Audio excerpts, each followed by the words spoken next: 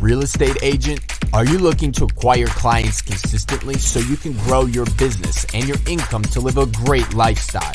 This is Dave Finale and the RE Skill Builder Podcast. Hello and welcome, everybody. It is episode, wait a minute, what episode is it? It is 168, Real Estate Talk TGIF, with the great Curtis Johnson. Let's fix the spelling of your name first because I hate misspelling names. I'm never going to crack down on someone for spelling. That is one of the things one of the struggles in my life is spelling. I love computers fixing my spelling for me. I always tell people that, when I'm working with them online and stuff, and I'm typing, I say public typing was not something I majored in, So, but anyway, this is Real Estate Talk TGIF number 168. We have done this for 168 broadcasts, 165 weeks in a row. We have had greats on it. Now we have one of true greats in this industry that we've seen, that I've had the great pleasure of meeting over the last couple of years. Curtis Johnson. Curtis is a best-selling author of a book called Top Dollar. He was a national finalist for Inman's Most Innovative Team in Real Estate, featured prominently in CNN Money Magazine, and the founder and CEO of the Curtis Johnson team, brokered by EXP. That's now sold, what is it, over 6,000 units? Over 6,000. A lot of homes. That is a lot of homes. Which leads me to the first question before we really get into who you are and what you are. It's called Real Estate Talk TGIF. Do you know what TGIF stands for? Well, I know what I think it stands for. What does it stand for in your mind? In my mind? In everybody's mind. It means thank God it's finale. That's why. That's okay. How simple is that, right? So pretty fantastic. Thank God it's fantastic. It could be that too. The only time I changed it really was when Tom Ferry was on to make him feel good. I said, thank God it's Ferry. So that was the only time I did.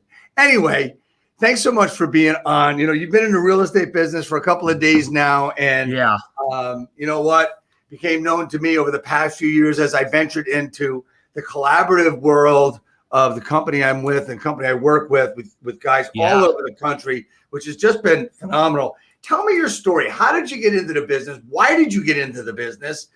Really talk to me about that.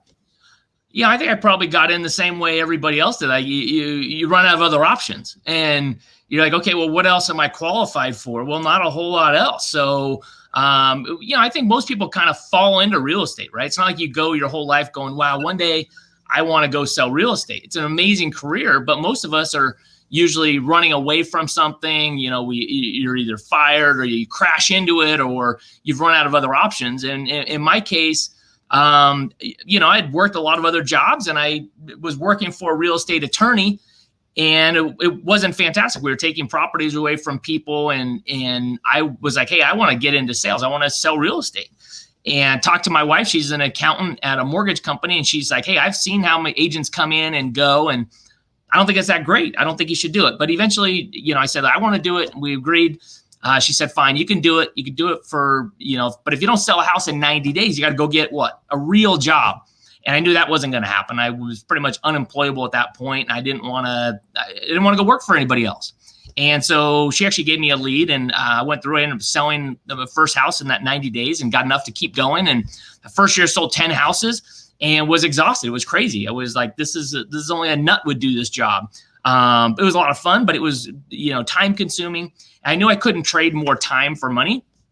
So my story is that next year I spent, hiring the best coaches, traveling all over North America to learn from the best, go to their offices and learn the strategies and the things that actually worked. And that next year, in the next about 9 months, I think I sold maybe 45 houses and hired a buyer agent and started building a team. And then we were, the next year on the cover of Realtor magazine and over 100 homes a year sold for, I think 19 years, 20 years in a row, and found some things that work in good markets, bad markets. But it's really, what I found is it's really about your circle. Who are the people that you're around? Who do you surround yourself with? And kind of like what, in my opinion, like what rooms do you get into and what rooms are you in? Because you're where you're at or where you're not where you want to get to because either you don't know something or somebody. and being, you're going to become the average of who you surround yourself with. So you've got to get into rooms where people are pushing you, where people are selling more real estate, where people are selling, first time I heard someone talk about selling 100 houses, it blew my mind. I was like, that's impossible. They're lying. And then it's 200, 500, 1,000. And then it starts to stretch your mind. And then you get the skills to fit that after your mind has been stretched. 100%. I love that. So tell me about, you got started, you sold 10 homes. What was the difference between the 10 homes and the 45 homes as you got started? Well, I do think a lot of it was how I was organizing my time. I still think your calendars, I can go to anybody and they're like, well, I'm not getting the results I want. Could be anything. And I would just say, well, show me your calendar and show me your bank account. Whatever you're spending your time on and spending your money on, that's what you're telling yourself and you're telling the world that's important. Most people don't put in their time at the right place, right? In real estate, they're not winning their morning. They're not crushing that. And they're not really investing. They're not investing in themselves. They're not investing in books and trainers and coaches and things like that are going to be able to collapse time. So I'm all about how do you make it efficient? How do you collapse time? So in hiring coaches, it was about how do I manage my time? How do I make sure that I'm learning the right skills to what am I saying on the phone or when I'm in person? And what that did was that gave me massive confidence. And in real estate, you're paid a premium for confidence. You're paid a premium for getting results. And if you don't have the confidence, and you usually don't have the confidence when you're not doing the work. So if you don't have the confidence, you're not going to succeed. Well, yeah, confidence is a product of a lot of different things. It's a product of choice first. It's a product of choice. People talk about time management, Curtis, and they say, well, I can't manage time. And honestly, personally, I say that time management is a bullshit kind of thing. Yeah. Because, time just keeps going. It doesn't stop. Absolutely. It's basically all about choice management and the choices that we're making on a daily basis, right? So 100% agree. So when you're looking at that and you're putting things together, where do you think one needs to spend more time, or what's the best way for them to balance their time blocks, which I work in myself? What's the best way to do that? Well, maybe it might go against what a lot of people think. Obviously, I'm kind of a night owl. I grew up, I would never go to bed before like 1 or 2 o'clock in the morning. But that doesn't always fit for real estate, right? You've got to win your mornings, and that's because you're able to connect with more people, get things done. But I also kind of look at it like there's very few people I know that are going to do from maybe 8 in the morning till noon, and they're just going to grind on the phone. Very few people, right? There's going to be some that are going to kind of go brain dead with that. But I think that I don't necessarily look at things as a time block, like a 3 or 4 hour block. I look at things as like 25 minutes to 50-minute blocks in there based on, there's 12 to 14 different pillars in business, right? That you could go generate leads in business from a prospecting or marketing. What 2 or 3 or 4 things will you do consistently day after day? And those are the things you really want to focus on, right? People go, well, what do I need to do to sell homes? I used to go, that's kind of almost a bad question. What are you willing to do? Because you could sell houses doing almost anything. What are you willing to do week after week? Most people, if I say, okay, you got to go knock doors, right? Most people are going to go, okay, I'll do it for a day or two. I'm not going to keep doing that. So it's not about what actually works. It's about what you'll actually do, and then find those things to then block in consistently throughout your week. And then as those results come back in, then you actually work those results. So it's about finding things you'll actually do. Yeah, no, I love that. What I try to do with a lot of people I work with, a lot of agents I work with, is I say, okay, so look, this is what I want you to do with your schedule. I want to see your schedule. Yep. I said, show me your schedule, and if I get an answer like, well, I don't have it with me, you're a loser. You lose. You're done. Yeah. Right? Yeah. If I get an answer like, well, I'm not sure what it should look like, okay, let's work on that. Absolutely. So what I try to tell people is, look, you've got to prospect. I mean, the best people I know, the Curtis Johnsons of the world, Jake Kinders, Kyle Whistles, all these great agents all started with the prospecting, and one way or the other, they're still doing it. It might not be for that listing. It might just be for something else, but you're still doing it. Am I correct? Yeah. Right. Yeah. I think, go ahead. No. So I was going to say is let's start out prospecting an hour a day, 30, 40, 50 minutes a day. Let's see how that feels. Let's see if we can get into the swing of things and do certain different things that are going to make you feel comfortable. That's where I started. And if I can see that work for somebody for that time, the first week, then okay, great. It worked. How do we make it work better? Sure. Yeah. To me, it's again, it's not about what works, because real estate is really not that complicated when you actually do it. It's more about how can you manage your life, and then how do you create some momentum by getting some victories, right? So people are like, oh, what do I need to do? I need to go make phone calls for 4 hours. I'm like, well, okay, so if you haven't really been grinding for even an hour for the last couple of weeks, like, okay, well, let's start with this. How about make calls for 10 minutes? I mean, okay, we won't do that. We'll go 5 minutes. Like, we'll make one phone call. Like, okay, well, let's make one phone call and win that. And then let's start to stack it. But if you don't actually, like, if you're doing nothing and then you're like, well, I got to go do this for 4 hours, you're not going to do it because it's too overwhelming. You've got to do some small victories, and then you start moving up the path. Yeah, and I can give you examples of people that worked for me in my brokerage over the years. Says, Dave, I'm going to do 200 calls a day. Oh, no. And I'm going to tell you, please don't do that. No, I'm going to do it for 2 days and quit. What's that? They're going to do it for 2 days and quit. So what it looks like is, 205, 132, 60. I'm not doing that shit anymore. Yeah, they're done. They're done. But you're right. I mean, you've got to build some victories in it. And is it right to really prepare them to say that most of the answers are going to be no? I mean, is that something we talk about? There's a lot of different feelings on that. Is it no? Or is it just waiting for the yes? I would just say they're going to be reflective of you. Right. And I believe that they're going to be reflective of your confidence and value that you bring. Things are different now than when I was on the phone a lot, but there's a reality. Like, I just didn't get hung up on. I didn't get a lot of rejection as I got better and better. And it's not that people really change, is that I showed up different. And what you find is a lot of people that have really poor skills or not much confidence, and they're not good.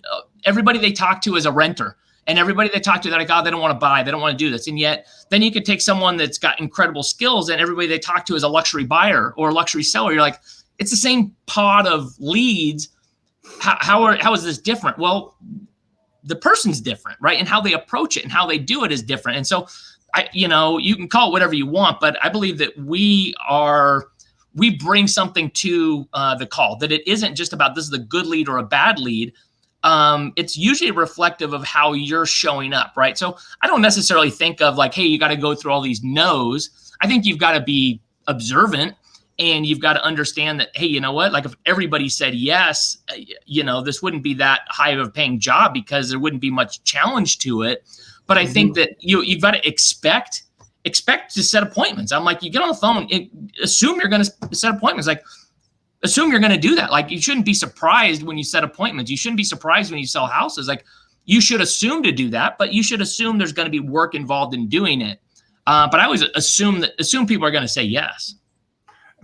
That's a great way to look at it. I mean, it's just we talk about, getting heavy duty into the calls and stuff, and it's just not going to go that way. It's just not going to work. We talked a little bit about time. We talked about choice and stuff. We talked about calendar. How do you fill up that calendar? I mean, we talked basically about prospecting, but what else should be in that calendar? I mean, that may be a stupid question, but there's a lot of things that we can put in there.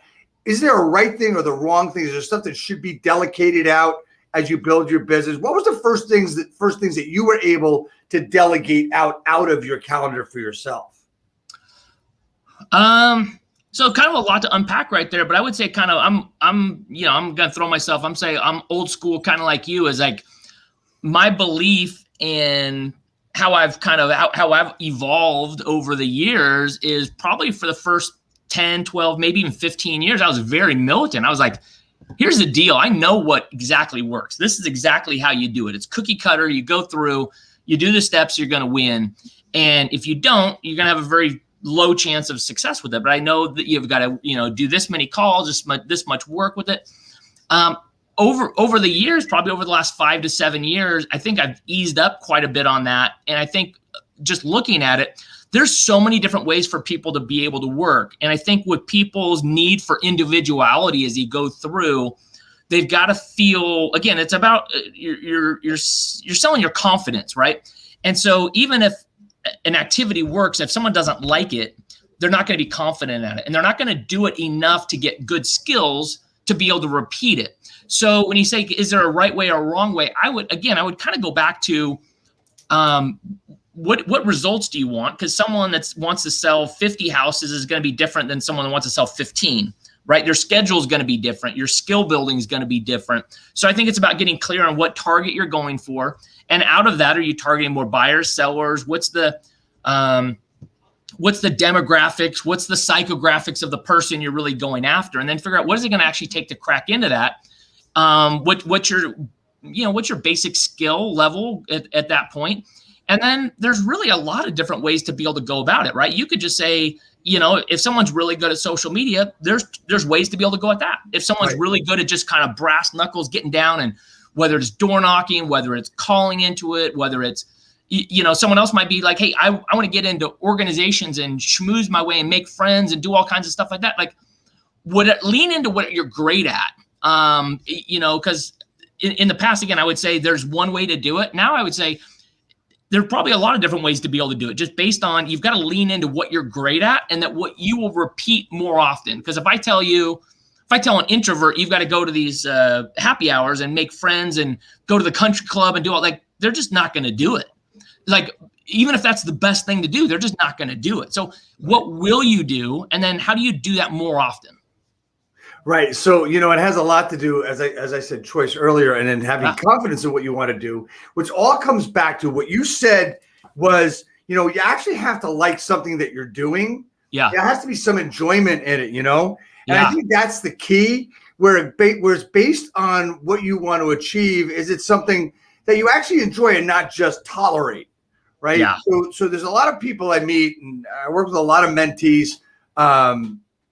And I've heard some people, even when I owned a brokerage, I've heard people say, well, I want to try real estate. Yeah. And I get scared when I hear that, honestly. I really do. And I don't know if I really want to work with them. And I try to say, look, if you want to try it, I get that. How much time you're looking to put into it, so on and so forth. But here's the thing. When you're asking how much time, it's all about commitment, right? Yeah. Yeah. Which is the beginning of the confidence cycle, where you commit to something and really into it. And then that's going to say, okay, I'm willing to do this now. I've committed. I'm going to do whatever I got to do. So that gives courage. The 4 C's I'm talking about of confidence and commitment going into capacity. And then once you're doing all this stuff, it's going to start working because you're going to be committed to it. And then the confidence rolls by. Because I think confidence has an awful lot to do with it, because there's a lot of times where this thing weighs about 1,000 pounds and people just don't want to pick it up, to use it. And the more software you buy, the more software you think you can use, the more applications you can use. It's almost like people are looking at it like call avoidance technology. Sure. It's distractions. That just doesn't work.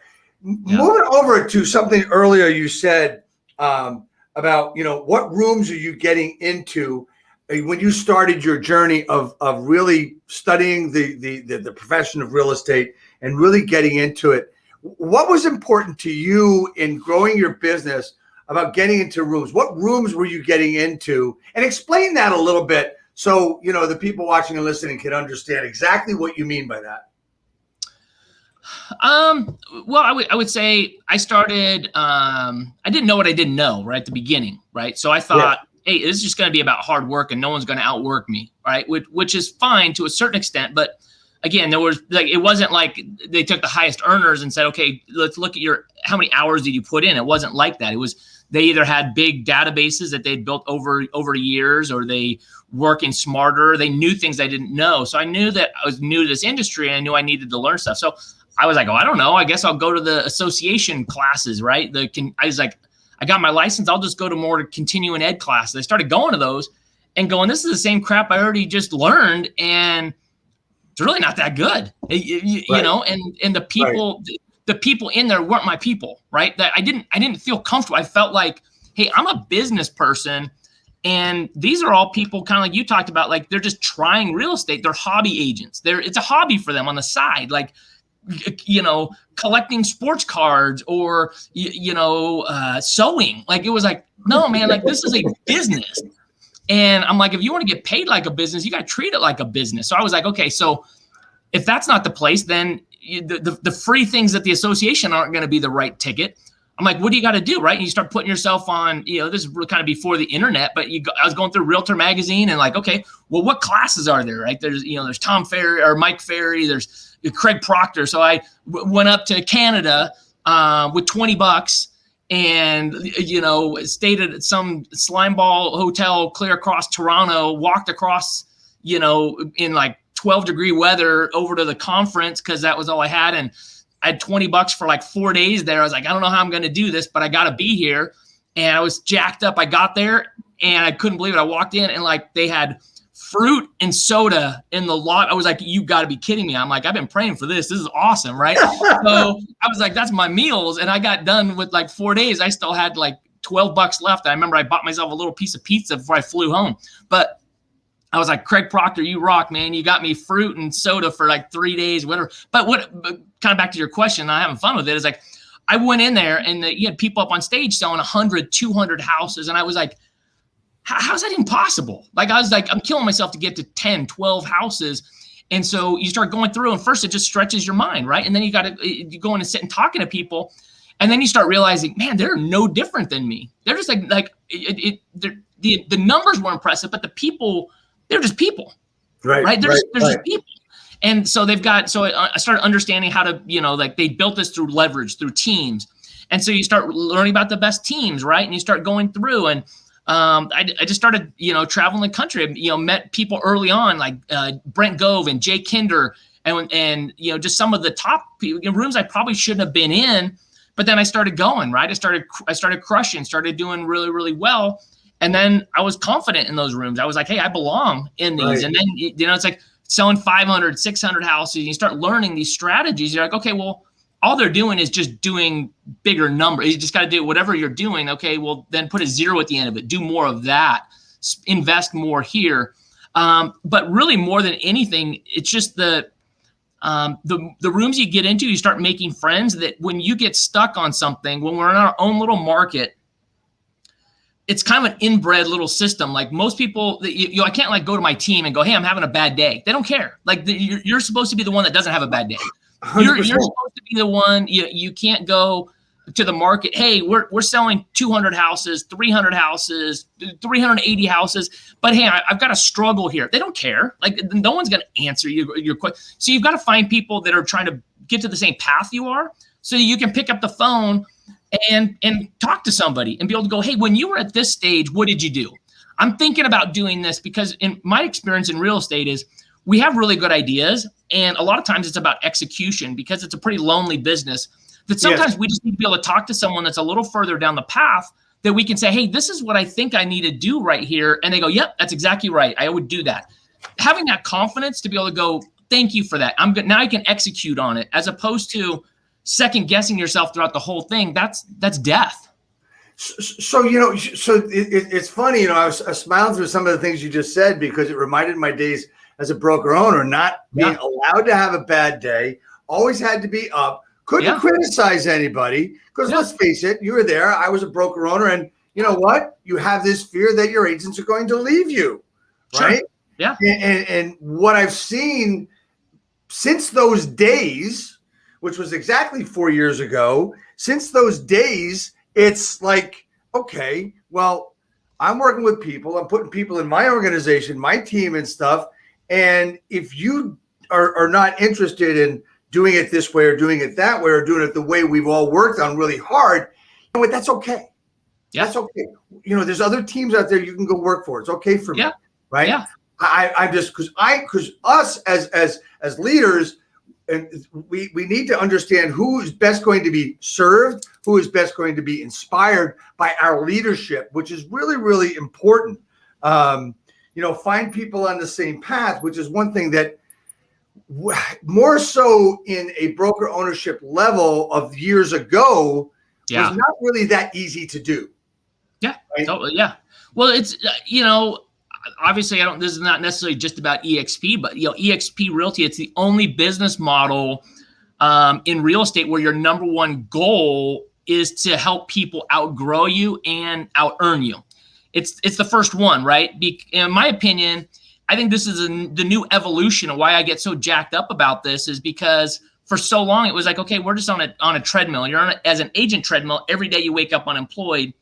On a team, you start to build a team. You're like, okay, well, the first of every month you're starting over. You're unemployed again, right? You might have deals in the work, but you're just starting out, and then you go, well, I'm going to be a broker. I'm going to do this. I'm going to, spread out the risk, and so if someone's having a bad day or bad month or whatever, right, you're spreading that out. But at the same point, most of real estate, in my opinion, is really this kind of glory setup where everybody's like trying to pound their chest, going, I'm the best listing agent ever. I'm the best buyer agent ever. I sell the most houses. I'm doing this, essentially saying, I'm climbing to the top of the mountain. I'm doing this. And everybody celebrated. You get trophies, all kinds of different things by saying, I'm the one that's getting to the top of the mountain. And that's kind of cool for a little bit. But what happens is, kind of like as a broker or even in running a team, is people go, well, guess what? Well, I want to get to the top of the mountain. And the old model was, well, you can't be at the top of the mountain because I'm at the top of the mountain. Like I'm the one up here. And if you go to the top of the mountain, that means you leave me and I don't get paid anymore. So that doesn't work out. So the evolution of what, in my opinion, EXP, why it's so powerful, is because you say, well, you know what? Here's the deal. In this model, now I'm compensated not just to get to the top of the mountain myself, but I get compensated more by helping you get to the top of the mountain and you to bring people with you. So instead of being lonely at the top, now I'm actually compensated more to do everything I can to help everybody else. And so my hope is over the next 2, 3, 4, 5 years, instead of we seeing a lot of awards banquets or different things like, wow, look at me, I'm so amazing, is I want to see stuff come out and say, you know what? Here's the deal. Here's the 10 people that I help make more than me. Here's the 10 people I help build a bigger organization than me. I think we celebrate the people, the builders, celebrate the people that made others better, because that doesn't happen in real estate. Everything's about how do you suppress people and keep this, in my opinion, this real estate cabal kind of keep going. Like, how do you keep the infrastructure going so we keep everybody selling 3 to 4 houses, just enough to keep their licenses, but not enough to leave NAR? I think it's criminal. I think it's criminal. I think this is the first model that actually helps us go, we're compensated by helping people do better than us. That's revolutionary. Absolutely. I believe that evolution, you've used that word several times. And I firmly believe that me as a person, as an agent, as a broker, as a human being, must evolve. The business must evolve. My objective was always to be on the cutting edge of technology, but also to be able to use that technology in a manner in which that was understood. That was always my difficulty, admittedly, was that I had way too much technology because nobody understood it and I scared them away with it. Sure. But where we're at now, if you look at the model I came from, which is a Realty franchise, a Century 21 franchisee, and independence of everybody, it was all basically the same thing. I mean, I believe personally that those models are kind of broken because based on the tier setup, look, no matter what company it is, it's going to be the same setup. Top 2, 3 people doing great, some other people doing okay, middle people doing 2 and 3, and you got 10, 20 people that show up when you buy liquor and food. So, and that's the way that model has survived, for 30 years, 25 years. And it was different before that. It was worse before that, honestly, because being involved since, I hate to admit, but the late 70s myself, seeing how it worked. I mean, my training, Curtis, was there's the phone, answer it if it rings. Yeah. And the biggest, we had a lot of technology in my office back in the late 70s. We had a 3-color typewriter. So, I mean, that was big. That was huge. Great leverage technology, right? Yeah. Exactly.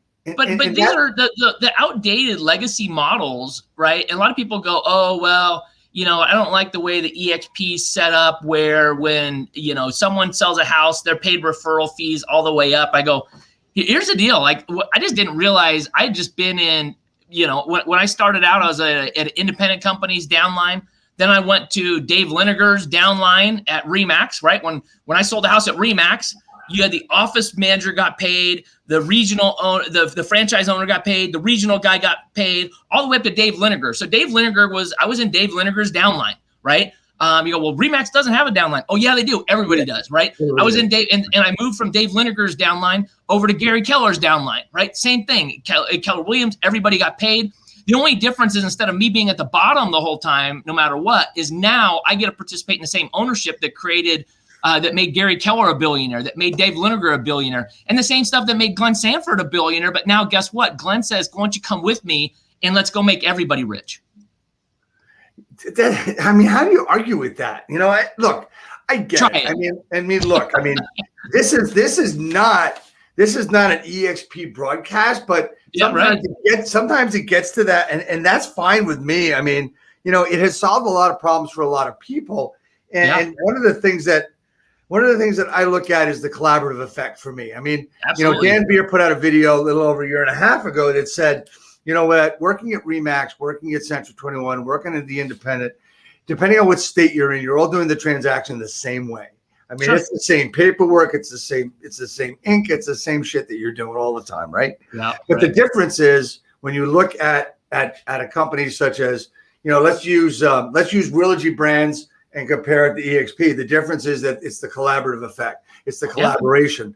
I don't know if there's any of those brands in Realty that actually have agents that run events.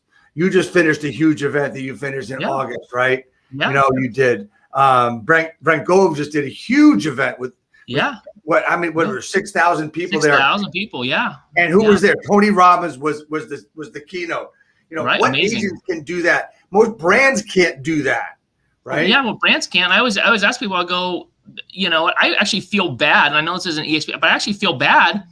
I go, you know, who do you mastermind with? Who coaches you? Who actually cares when you close a deal or when you're struggling in your business? Who really cares? Who knows about it? Who cares? And they go, well, nobody, or maybe the team leader, right? Or whatever. I go, here's the deal. I want, like, if my business is struggling, and let's say if I was like struggling, I was going to go out of business. I want as many people as possible to go, dude, no, let me help you. I want to work with you. Like, and so having 7 to 10 different people that I call your board of directors, people that are compensated when you close deals, but also have a vested interest for you to expand your business. I want them to go, dude, like, let me help you. Don't go out of business. Let me help you get better. I've been down this path. Like it gives me an unfair advantage versus someone else that says, you know what? Yeah, I wouldn't pay my $50 to this company. And like if you quit, like people like nobody would even know. Nobody would even know what's going on, right? So I think the more people you've got in your corner that are actually business partners with you, it gives you an unfair advantage. And I challenge everybody, even if it's not EXP, find people that care about your business and spend more time with them. Like you want people vested in your business. You want them to have an ownership stake in your business because you want people pulling on you, helping you get better. Yeah, exactly. And that's exactly what I've seen, you know, in my time with everybody is that, you know what? I mean, all right. So like I said, this is not an EXP broadcast, but here's the thing. In my days as a franchisee of Century 21, I knew that I could go to a leadership conference once a year and a convention once a year. And I knew that at those places, I could see some of the top agents, some of the top brokers, the top owners. But I couldn't really get next to them to help me. I didn't have their phone number. I didn't have their email address, or I had their email address, but I couldn't count on a return phone call or an email back. Sure. I'm going to tell you that you and I met for 30 seconds a month ago. I reached out to you, said, yeah, let's do this. And here we are. You know, you're one of the top. Well, plus I wanted the hat. And you got to get that. You got to get the hat, you know. Right. Well, exactly. I mean, and I've watched what, you know, you and Sekou have been doing, and you guys doing some amazing stuff. So I've known who you are and watched you and been a fan of yours for a while. So jacked up and was thrilled to be invited. Well, that's fantastic. Thank you so much for saying that. It's, you know, it's I know that, you know, you and I can call you and you'll help me out. I know that I can call Dan. Hey, shit, I had Glenn Sanford on this broadcast, you know? Yeah. I mean, and I have, you know, in the past, I've been in my situation, in my location, I've been able to communicate with a lot of the Realty people. So I was close with presidents and CEOs of Century 21. You know, I've had one of them on this broadcast, one past on my broadcast, Rick Davidson, who's a great guy. Not the other ones aren't, but it's all a matter of the collaborative effect where you're able to work with someone who's really not only interested, but invested mentally, not physically or monetarily. They're invested in your success. And I think that's where, when we talk about what rooms you're going to get into, who you surround yourself with, is just so freaking important that, you know, it's just something that really pulls you through. I shared something on my page like a day or two ago, and it was about Emmitt Smith and Michael Jordan, right? This was, I don't know, probably 20, 30 years ago or something like that. It was a story. Emmitt Smith was like, he reached out to Michael Jordan, and they met. They were both at the peak of their careers, and he said, "Hey, can I talk to you about some business stuff?" And they met up, and Emmitt Smith was like, "Wow, this is amazing. This is great. Why don't we do this more often? Like, why aren't more people collaborating like this?" And Michael Jordan said, "Well, what did it take for this to happen?" And he said, "Well, I just had to reach out to you to ask for it." And he goes, "That's right." He goes, "There's nothing," Michael Jordan said, "there's nothing I could have really done until you were ready to be able to do this." And that's why it's so powerful. And like so many, like the biggest givers I've found are some of the highest producers, right? But people just assume they won't be helpful. They won't be able to do that. It's like, you've got to get in the same room. You've got to, you know, pick their brain. And then the more you can have them as business partners, the better off you are. But it's about finding people that can collapse that time for you and shorten that curve, that have been a little further down the path. You don't get a bonus at the end of the day by going, "Man, I took the long, bumpy road and the hard road." You don't get a bonus for that. Like, you just get to suffer more for no reason. So do you think that the people that we're involved with now are easier to talk to? Are they more open to talk to, or they're less ego? What do you think it is? I mean, obviously, I'm partial to EXP. I think that there's something to be said for. I was just on a call for about 30 minutes right before this with someone that I'm not financially aligned, if you will, right? A different part of a different organization. But we were masterminding, going over some different stuff. And I like him. He's a good guy. I never would have met him outside of this company. But again, we're stockholders in this company. We have ownership. We believe in this, right? I didn't necessarily have ownership. I had a little bit of ownership in one KW market center, but not in the whole company. Not, you know, this was someone back east, right? That we all have that. We all, you know, rising tide lifts all the boats in that. But I would even say, even outside of EXP, I do think that the culture is like no other. But I would say pretty much across the board, my experience has been most lower producers assume that that if someone is winning, that somehow they're doing something different. They're doing something wrong, and they're getting over on people. They're cheating. They're whatever that is. I think that's small-minded. My experience has been what people do in private shows up publicly, right? So when people do the hard work privately, it shows up publicly, right? And those people understand how hard it was to get there, that they want other people to succeed, and they're willing to do whatever they can to help out. And my experience has been people like would love to help out. Even when I was a low producer, I reached out. A couple of the biggest producers were so cool to me, like Russell Shaw in our area, you know, is a legend. And I used to ask him to go to lunch. I'd say, "Hey, can I take you to lunch?" And I'd be like, "Where? You know, I can't afford it, but where can we go?" Right? And he was so amazing, and he taught me a lot of good things. Reach out to the biggest producers in your area. I don't care what brand they are. Reach out, and guess what? If they won't spend time with you, they're probably not somebody you want to spend time with, right? Exactly. And I think what everybody needs to understand is, you kind of said it in a roundabout way, there's no secrets in this business. There's no secrets. I mean, why pretend? Because here's the thing. If you're producing something, you're doing that, I think you're doing something different. 9 times out of 10, I probably won't have the guts or the time or even the inclination to do what you're doing, even if I find out what it is. Yeah. Right? But you know, one of the things that is the lifeblood to our business, is the oxygen of our business. If we said the other day talking is lead generation, right? Absolutely. I want to bring on someone that I work with on a daily basis. You've already mentioned. Right. Here he comes. So just to talk about a little about lead generation His name is Sekou Pyle, and I'm bringing him in. Let me get rid of these banners. Here's what I'm going to do is I'm just going to shut up and let him talk because he is the master. He is absolutely the master of lead generation, excitement, and friggin' crushing it. So I'll just shut up and I'll. Dude, I'm just happy to be in the room with you guys, man. What's going on?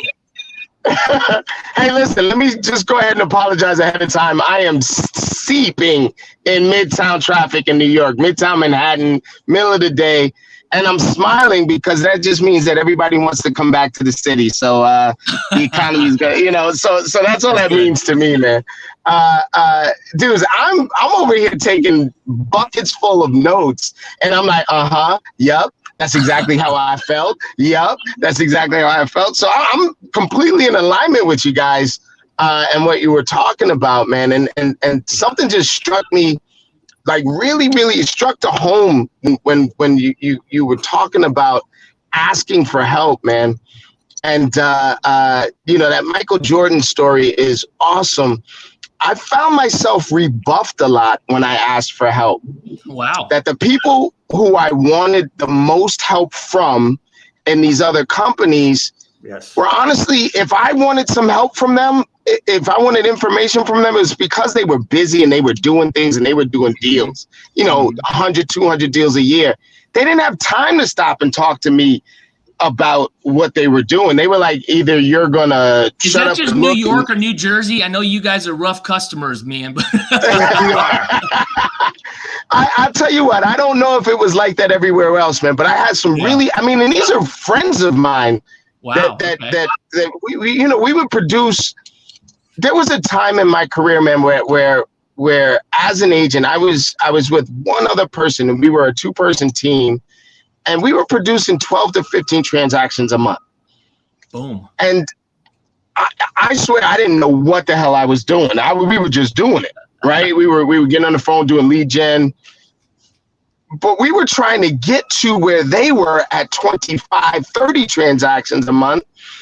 And the question that they had for me was, how the hell do you have time to sit and learn from us? Right? And I didn't have, there was no one in, and this is the key that I didn't understand until being at EXP, there was no one in leadership who was willing to take me down that path. There was no one who's saying, I can see what team A is doing, and I can see what team B is doing, and I can see where your potential is. And here, let me lay this path out for you. So Kurt, you know what I ask a lot of times when I'm talking to these producers now that I'm at EXP is who's helping you to get to the next level? You know, who are you talking to that's willing, not only willing to share what they're doing, but willing to share what everyone is doing to get to and that's what I found over here. You, Dan, Kyle, Tammy, all of these people that are like, hey, not only are they willing to share, it's like, hey, call this guy, talk to this gal, do this thing, download this app. Like it's not just surface level stuff. So I got to amen exactly what you were saying. I'm going to support you. And yeah, it's nice to be a stockholder with you too, man. Yeah. Like think about that. Like how else can you get into other people's business? Like you got to be, you know, as you're more productive, right? It benefits all of us.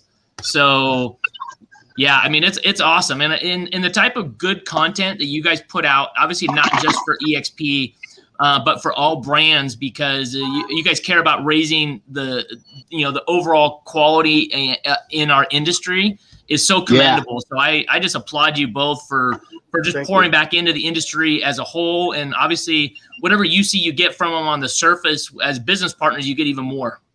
Yeah, I mean, our point really is what we do is to be more or less brand agnostic, to bring people in to help people grow their businesses, because we know that we did not get that kind of help. As I said earlier, you know, it really wasn't there for the taking. It was like if you asked for it, you know, it was like you almost had to, like, you know, kiss people's feet to actually get the information and to get help.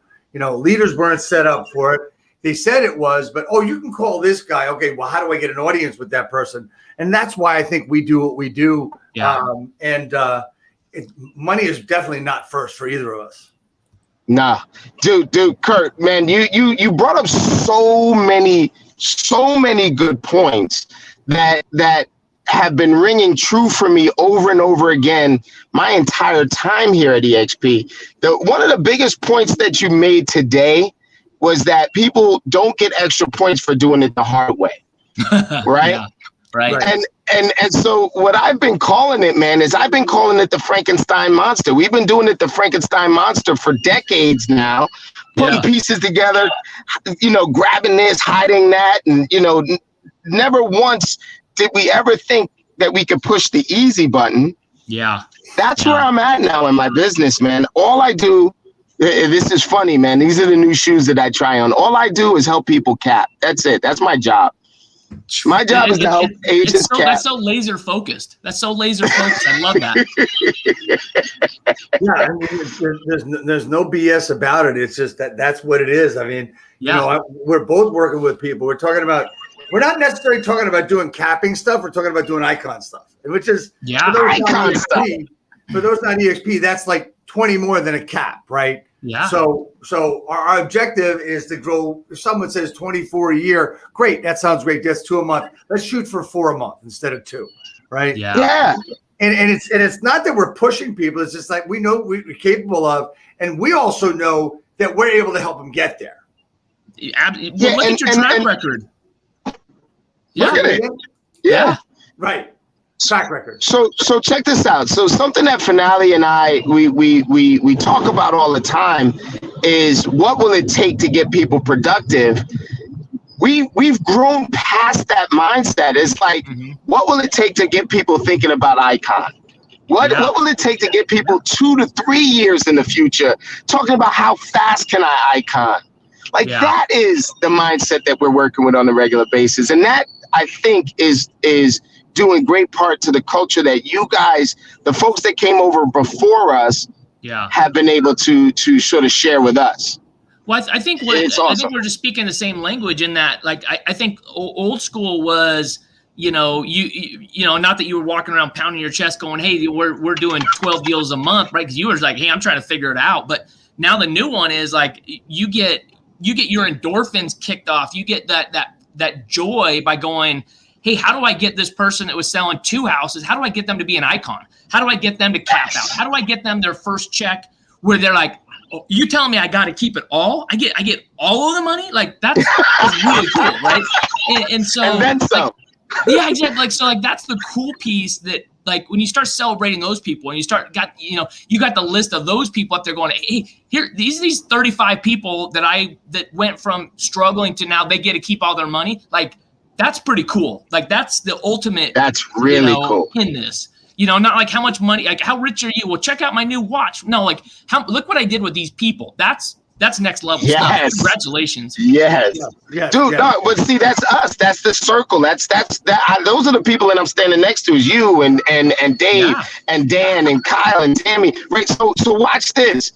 The stories that I tell now are stories of agents that in 6 months are capping or are that close to capping, or in 8 months they've decided they only 4 deals away from icon status. And oh my God, I can't believe this. That were teachers this time last year. That's right. Yeah. They were teachers and nurses and equally honorable professions. And now I get to match their income and their lifestyle to the honor that they had. It's been awesome, man. Those are the stories we get to tell. Well, you also got to bring hope to it too, right? Because even if, let's say, somebody was making $60,000 before and they're making $60,000 now, there really was no hope that they were ever going to go anywhere before. Now at least they go, well, now I've got the structure and the baseline. Now I can actually, as I get better skills and everything else like that, I can exponentially take that higher. Where before it was like I can't tell you how many people have come that I'm a PhD, I got a master's, whatever, but I got this ceiling, right? Or I can't go higher because I'm white. I can't go higher because I'm short. I'm black. I'm Hispanic. I'm a woman. I can't do this. You know what? EXP and real estate. This is the ultimate game of there is no glass ceiling because. When they don't pay you based on, well, hey, sorry, you're an ugly guy with red hair. Sorry, we're going to pay you less. Well, I wouldn't make crap then, right? This is all about results. And this is the ultimate balancing act of finding the people that now you're really compensated by your results. Right. I love it. I love it. And that goes back to the 4 C's I was talking about. You know, everybody can have a goal, and that's really cool, right? You know this. You know where I'm going with this. Is it's a goal's a hope and a dream. It's something you pick out of the air, you throw into the air. The only way that you can measure it is you can. The only way you can measure a commitment, you can't measure a goal. Commitments are measured by results, and we want to see the results. And that's what we, all three of us, are looking to do for others, is help them with their results. I don't give two shits about what their goal is. I want to know what their results are and what they really want to result in. That makes sense, guys? Absolutely. Makes tons of sense, man. Tons of sense. So go ahead, say. No, well, I just real quick point is we're playing in the sandbox together. To Curtis's point, man, we're playing in the sandbox together, and the only thing that we're worried about is where do we get the best sand from? We don't care about anything else, man. And that is really the cool thing, man. How many people can we fit in this box? There's the next thing, man. It's like, how many people can we share this abundance with? How many people can we find that want to lean in on their business? Dude, man, it's a lot of fun. And once again, it's good doing it with you guys. How many people have you had come up to you and say, wow, you know what, you really inspired me. Next year, I'm going to be you. I'm going to pass you, because they're competitive, right? And you're like, dude, you can't beat me because I want you to win. I want you to pass me. So like, you can't beat me. It's impossible because I want you to beat me. Right. Exactly. Dude, I'm investing in you beating me. I'm investing in your joy. Yeah. So it's really like, I mean, it's like the kumbaya moment that we have every day, every minute, of working with people that are enjoying doing this, having fun doing it. And I mean, I don't know, man. I don't know of any other business that you could do this in, or any other people that I could do it with and enjoy it. I mean, it's just, let's go, it's like, okay, you want to do that? Great. Let's do it. I mean, I am more motivated and more disciplined than I think I've been in my entire life. And I've been around a few years. Yeah.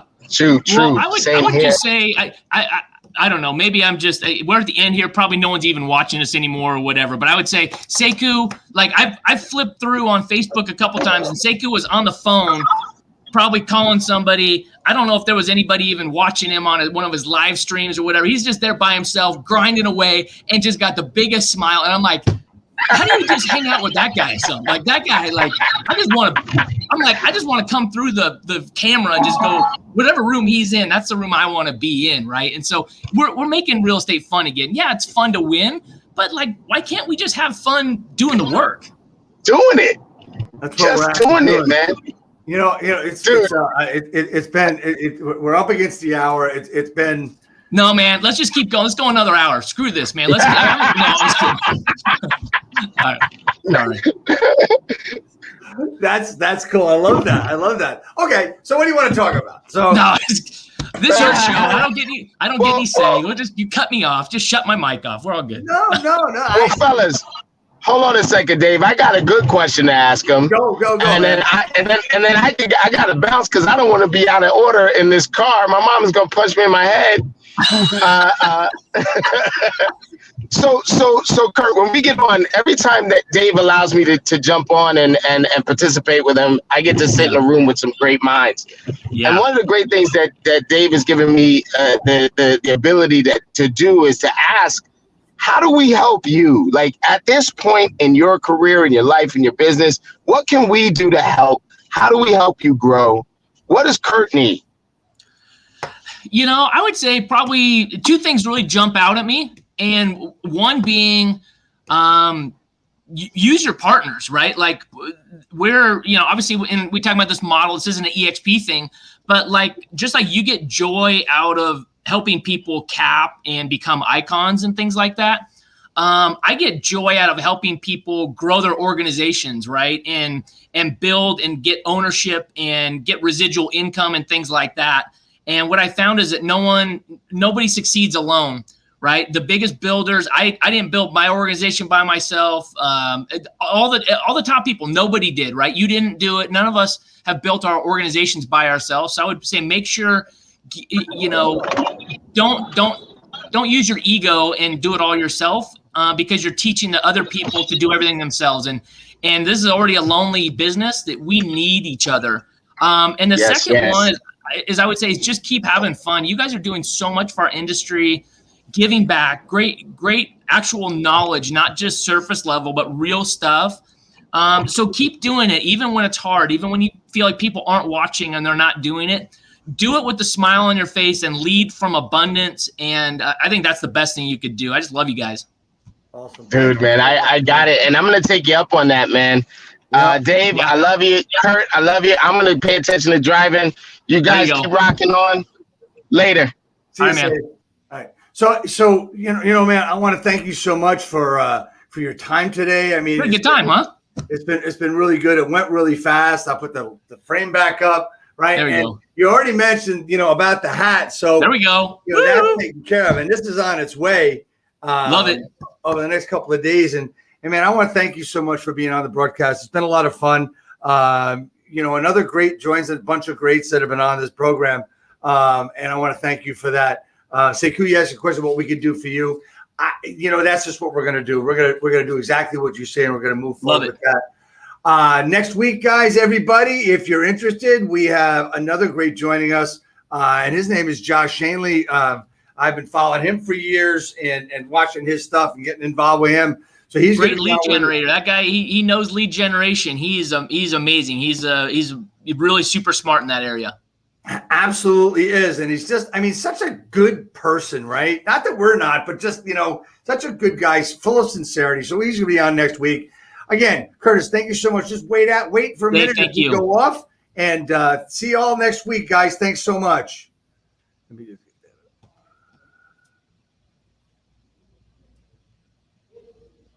that up.